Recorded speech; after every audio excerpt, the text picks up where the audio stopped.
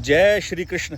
आपने ऐसी कई वीडियोस देखी होंगी फ्रेंड्स कि आपके बनते काम अचानक से बिगड़ रहे हैं, रिश्तों में खलिश बन गई है, रिश्तों में दूरियां बन गई हैं, पेमेंटें आपकी अटक गई हैं, चलता कारोबार अचानक से लड़खड़ा गया और सारी कहानी बिगड़ गई है और आप कानूनी पेचीदगियों में फंस गए हैं, किसी लिटिगेशन में आप अचानक से फंस गए हैं, तो आपका राहु खराब है।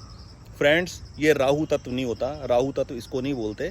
कोई राहु खराब नहीं है, क्योंकि आपकी जन्म कुंडली में राहु जिस राशि में जिस नक्षत्र में है, वो न जाने और कितने ही बच्चे उस समय आप ही के जन्म समय पे पैदा हुए थे, उनकी जन्म कुंडली में भी राहु उसी राशि और उसी नक्षत्र में है, और आप नहीं जानते कि वो भी उतनी ही प्रॉब्लम फेस कर रहे हैं ज़िंदगी में या उससे कहीं ज़्यादा प्रॉब्लम फेस कर रहे हैं। ठीक है, ये राहु तत्व नहीं है। राहु तत्व एक्चुअल में होता है, आप किसी चीज़ को हासिल करना चाहते हैं और आपने खूब प्रयत्न किए, आपने एड़ी चोटी का सारा जोर लगा दिया और अब हार के हताश होकर आप बैठ गए, लेकिन आप अभी भी उस लक्ष्य को पाना चाहते हो, भूलना नहीं चाहते, अपना लक्ष्य बदलना नहीं चाहते।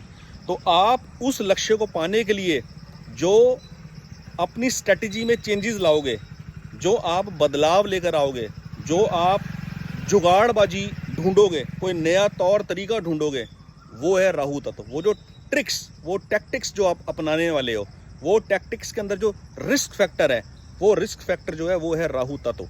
अगर वो अप्लाइड सिस्टम के अगेंस्ट काम हुआ तो रिस्क फैक्टर होगा कि आप कामयाबी तो पालोगे, उस लक्ष्य को तो पालोगे, लेकिन किसी ना किसी लिटिगेशन के अंदर आप फंस सकते हो।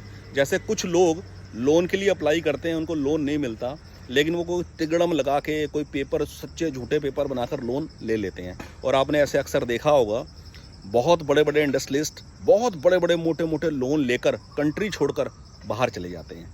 ये जो गेमिंग होती है ना, इसके अंदर होती है जो बदनामी होती है, जो आदमी फंसता है, जो मेंटली हैरेसमेंट फेस करता है, ये होता है राहु तत्व। इसलिए राहु तत्व जन्म कुंडली के अंदर कभी भी छेड़ना नहीं चाहिए, कभी उसके साथ खिलवाड़ नहीं करना चाहिए। कहने का तात्पर्य ये है, कंक्लूजन ये है कि किसी भी काम को, किसी भी लक्ष्य को अगर आपको पाना है, उसको मर्यादा के अंदर रहकर पूरे एफर्ट्स करिए, वो आपको मिलेगा, पक्का मिलेगा।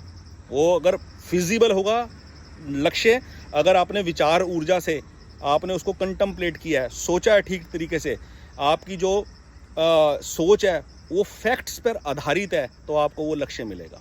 बहुत बहुत धन्यवाद। जय श्री कृष्ण।